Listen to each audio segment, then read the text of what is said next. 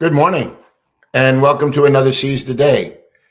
Today is Thursday, November the 2nd, and we're already off and running. November is here, and all that's going to come to follow, Thanksgiving and all those other holidays that we celebrate here. Um, Waking up this morning to another chilly day here in New Hampshire. Trust that the day is going to be a good one for you, that you guys wake up feeling refreshed and ready to begin a new day. You know, it's been heavy on my heart to think of all the conflicts that are going on around this world. And I just want to give everyone a reminder to just make sure that we are doing what we can to pray and keep our brothers and sisters in Christ before the Lord. Just working hard to make sure that we are letting this light shine in the world in which we live.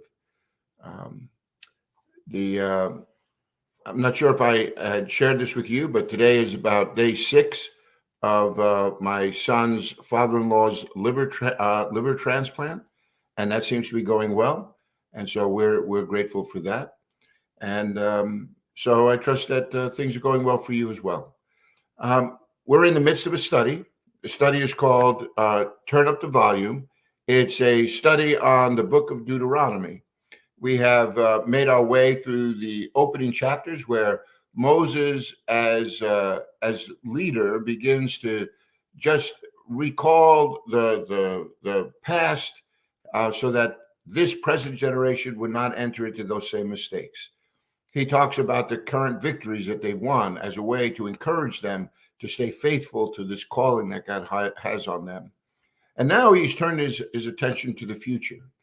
And we've seen that as he begins to talk about the seriousness of this covenant that he's establishing with Israel, why it's so important for them to really understand all that God is doing. He reiterates for them the 10 commandments, which he calls the covenant. And there are going to be other decrees and commands that the Lord is going to give. But those decrees and commands are going to come as a result of an amplification, right? A further elaboration of those 10 commandments. So you'll see how at the very foundational level, these commands that are given to us in these 10 commandments become the bedrock for all of what God is declaring to his people in some way or form.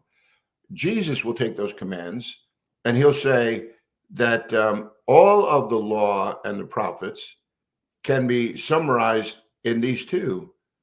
The first is to love the Lord your God with all your heart, mind, soul, strength. And the second is like it.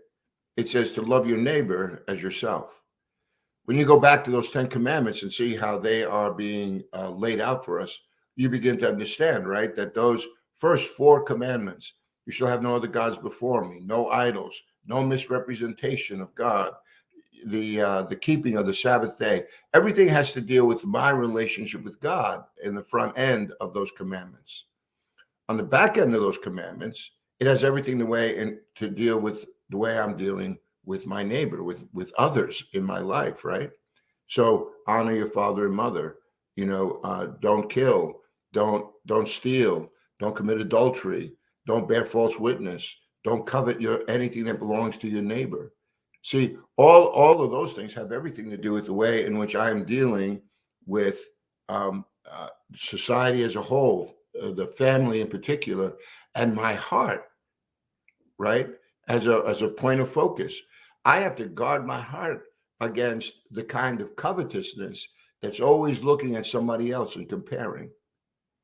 And that's exactly where all of this is going. God is saying, listen, if you enter into this covenant with me, it'll go well with you. So we find ourselves now in Deuteronomy chapter 7. And in Deuteronomy chapter 7, what Moses is doing here now is he's giving them some practical implications of what it means to really keep this law. So in Deuteronomy 7, we realize that the challenge comes that if they really are going to have no other gods before them, if they really are going to live a life with no idols, right? No false representations of who God is, then it begins by them driving out the nations that are before them. We've already looked at in chapter 7 that the driving out of those nations was really a fulfillment of a judgment that God gave through Abraham, more than 4 centuries earlier, where God says, I'm waiting for the sins of the Amorites. I'm waiting for the sins of all of those inhabitants of Canaan to reach their level of maturity. God has been giving them opportunity, and so the time has come. The evil that they have perpetrated on the world around them, it is coming to an end. And God says, I'm about to bring judgment. It's always hard to read passages like this, and yet we live in a world, right, where we desire justice. We want the wrongs to be righted. We want the good to prevail and the evil to be accounted for. And God isn't flippant. He has, it's not like he changes his mind one day and then this is in vogue or that's in vogue. No, God is the same yesterday, today, and forever. His word is always the same. This covenant that he is going to judge the world by is also the same covenant that he's going to judge Israel by, his own people. Because God is not a respecter of persons. He's looking at the heart. He's welcoming all people to come to know him. Isn't that what, again, I reiterate this quite often, but it's because I hope that it just sinks into your head that the covenant that God made with Abraham back in chapters 12 and chapters 15 of Genesis, that covenant that God made with Abraham was a covenant to bless Abraham and his descendants, to give them land and to give them posterity, right? So their descendants would increase. But it goes on to say that all of those blessings, they're going to come so that God is going to then use this people as a way to bless all the nations of the world. That's why sometimes it's a little ironic. You read in chapter 7, God's asking them to bring judgment on these nations. And yet we're supposed to also bless the nations. And I think that part of this is that this presence of evil that's in the world is oftentimes, overshadowing the opportunities for other people to really lay hold of this grace that God has. You could see that, right, in conflicts. You find warring nations, but in those nations there are pockets of people who want peace. And who's gonna bring that? God is coming into these nations now, and he has declared judgment on them. And when they are removed, it's going to give opportunity for them to also come to an understanding of a God who is desirous of people entering into covenant with him, who promises, to do great things for his people. Now, let's take a look at some of this, because when you look here, we've already seen what the covenant is going to require. It requires our cooperation, right? So if we're going to hold on to this covenant, these 10 commandments that God has given, there are things that are going to be the natural outcome of that. And so God's saying, listen, then I want you to begin to love what I love. And part of this then is driving out the nations and tearing down those altars and those sacred stones, those Asherah poles that were all, symbols of their idolatry. I try to bring to the forefront that this destruction was due because God understood how these could act as triggers for Israel. And I use that analogy, right, of the 12-step program, where those who are going through those steps recognize that we have to make sure that we're changing patterns in our life, that we have to replace sometimes those places that we go to, right? We have to think about establishing new relationships, because certain people are going to just, trigger us to continue to drink or abuse drugs or whatever it is, that sin that so easily entangles us. So the idea of people, places, and things, don't you see? That's exactly what God's doing here.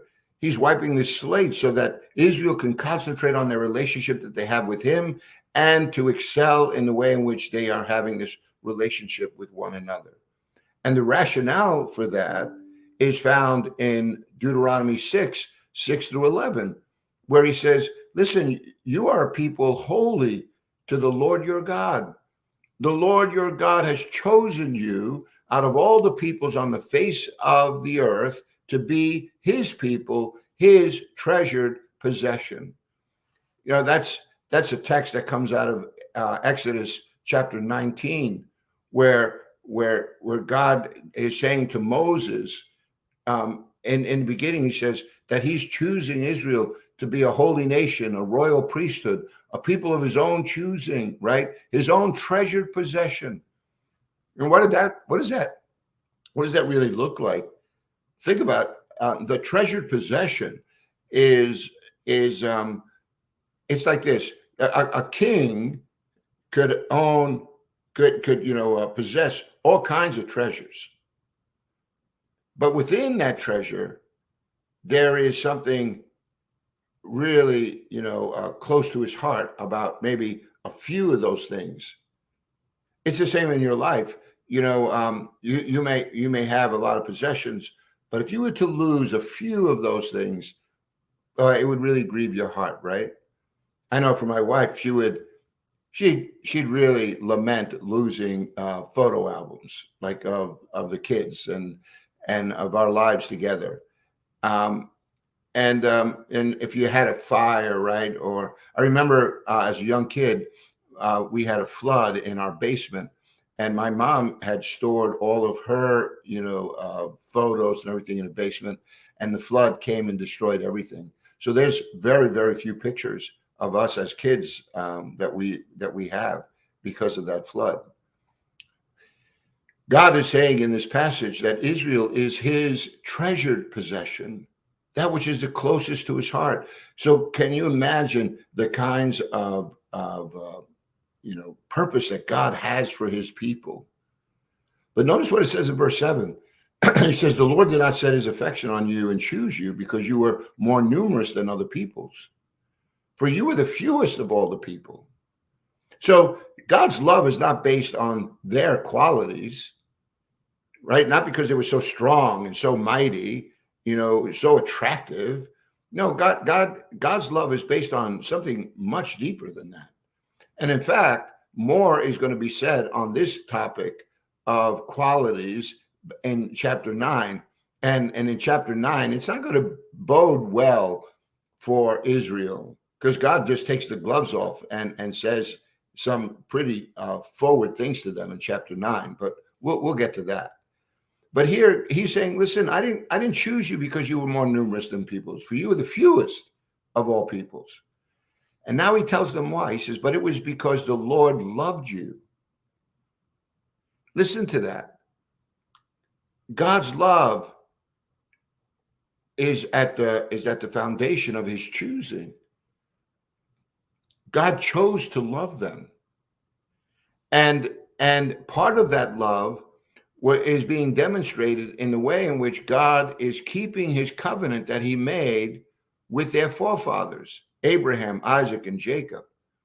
If somebody loves you and you find that that love is being expressed in deep hurt, you really have to question whether or not they really do love you, right? Because everything they're doing is to hurt you, not to help you. I've had many times sitting across the table talking to, husbands that have not been treating their wives well. And they would say to me, well, I really love her. And I'd say, well, look at your actions, because your actions are demonstrating something totally different. The recklessness by which they made choices, or the some of them were just overcome by alcohol or other addictions, and the pain that it brought on the family, their economic choices that just put the family at great risk. And yet you're saying that you love them, but you need to look back at the way in which you're living. And that's precisely what God is saying to Israel, saying, listen, I'm entering into this covenant of love with you.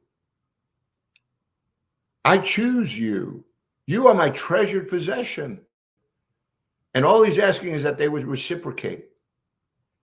And so he's saying, listen, I have been faithful from the very beginning. Those promises that I made to your forefathers, I fulfill those promises. That promise that he made to Abraham to bring them out of this land of slavery. That's all the way back again. Chapter 15 in Genesis is a pivotal theological point that is going to be played out throughout the Old Testament. When you understand that the promise that God made to Abraham is this promise that God is seeking to fulfill in the life of Israel. And so here you read in verse 8, it says, it was because the Lord loved you and kept the oath, the promise, right, that he swore to your forefathers, Abraham, Isaac, Jacob, that he brought you out with a mighty hand and redeemed you from the land of slavery, from the power of Pharaoh, king of Egypt. Know, therefore, that the Lord your God is God. There is no other. He is the faithful God, keeping his covenant of love. Do you understand now? Like these 10 commandments, notice what it says here. He calls it the covenant of love. The covenant isn't meant to somehow limit your choices in a way that you live less of life. This is a covenant that God is giving us so that we would experience the abundance of life. And why is it that sometimes our passions, if they go unbridled, could lead to our own personal destruction? People's ambitions could get way out of whack, and the next thing you know, they're feeling the sting of past choices, right? Their own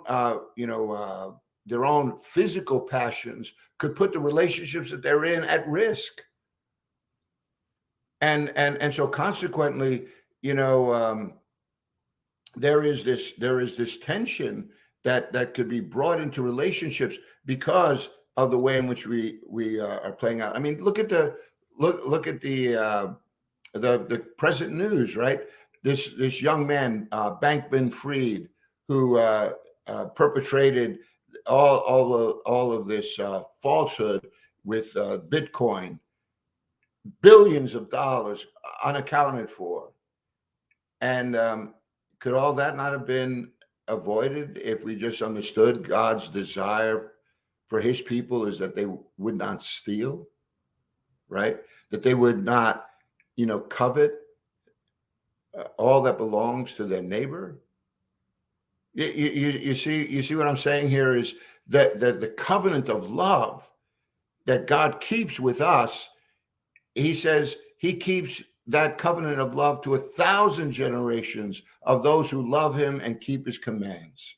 So God always wants to be predisposed to us for our good.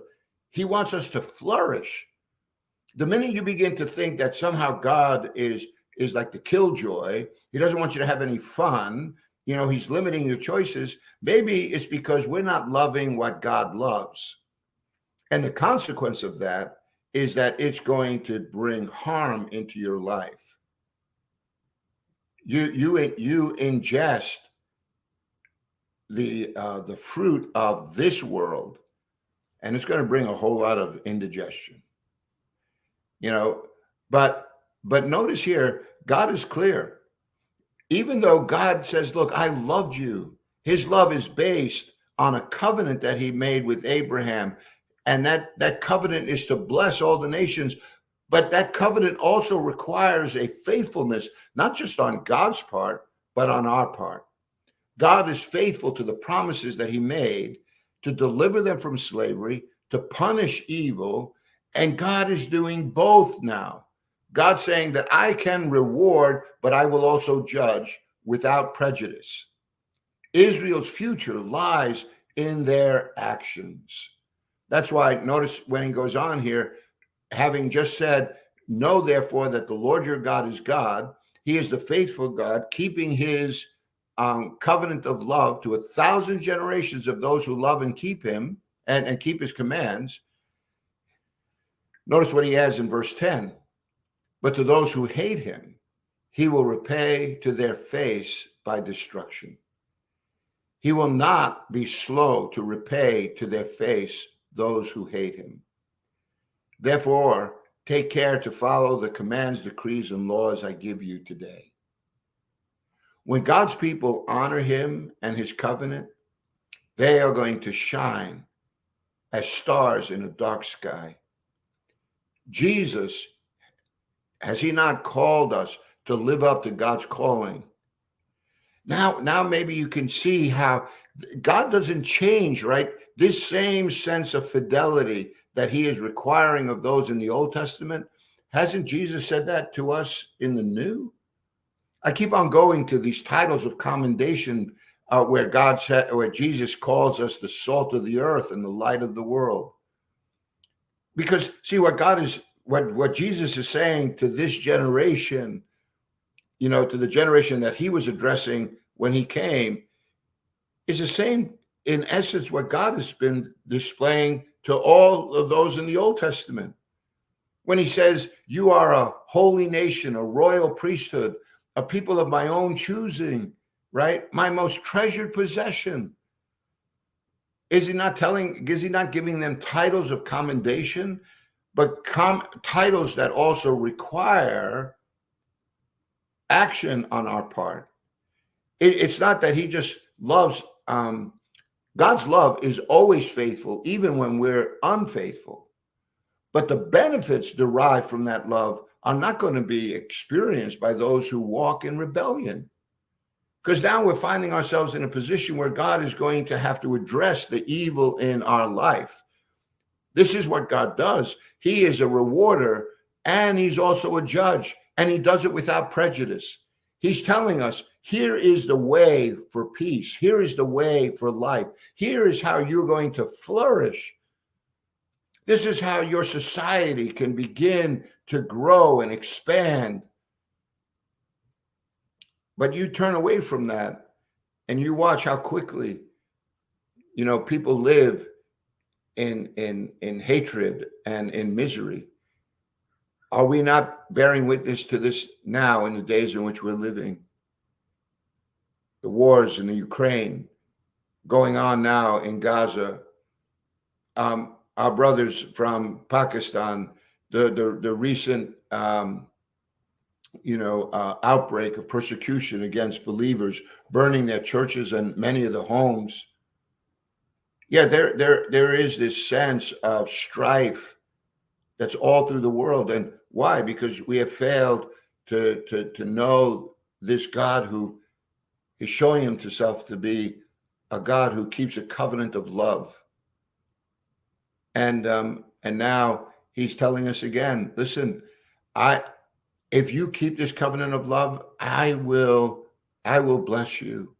I will be faithful to you to 1,000 generations. But if you hate what I love, then I will not be slow to repay. I will judge, because evil cannot exist in the presence of God. He's not going to overlook it just because they claim to be descendants of Abraham. No, that's not how this works. The covenant requires us to walk in a way that pleases him. And yet God is patient, and he's kind, and he's filled with grace, forgiving sin and embracing us to start again. There are times when we have to bear the consequences of those sins, but God says, listen, I will take those sins and put them in the bottom of the sea, never to be remembered again. As far as God is concerned, he says, I give you a sincere faith, a clear conscience, so that now you can walk with me, so that what happened in the past should not define who you are in the future. And when God's people do that, they live up to their calling. And the word of caution still rings true for us today, doesn't it? Don't lose the saltiness. Don't hide the light. And that's what we see going on here in this passage. We will address the remainder of chapter 7 tomorrow. But I hope you see very clearly here that God is desiring them. He has gone on record showing his rationale why he is doing what he is doing, because he wants a people who maintain a covenant with him, because when that happens, we become ambassadors of hope to the rest of the world. My friends, thank you for taking time this morning to be a part of our study. You go back and read these passages again through this lens, and I hope that you'll see that you serve a God who is good all the time, and that would provide the motivation that you need to seize the day. For those of you who maybe are experiencing some of the hardships that this world sometimes offers, I pray that you would find peace, that in your soul that you would understand that God is for you and not against you, that these times of testings are meant to strengthen us and not to overwhelm us. He wants us to know that he can be counted upon. So seize the day. And Lord willing, we'll spend more time tomorrow as we finish this week's study. God bless you, my friends. Look forward to tomorrow.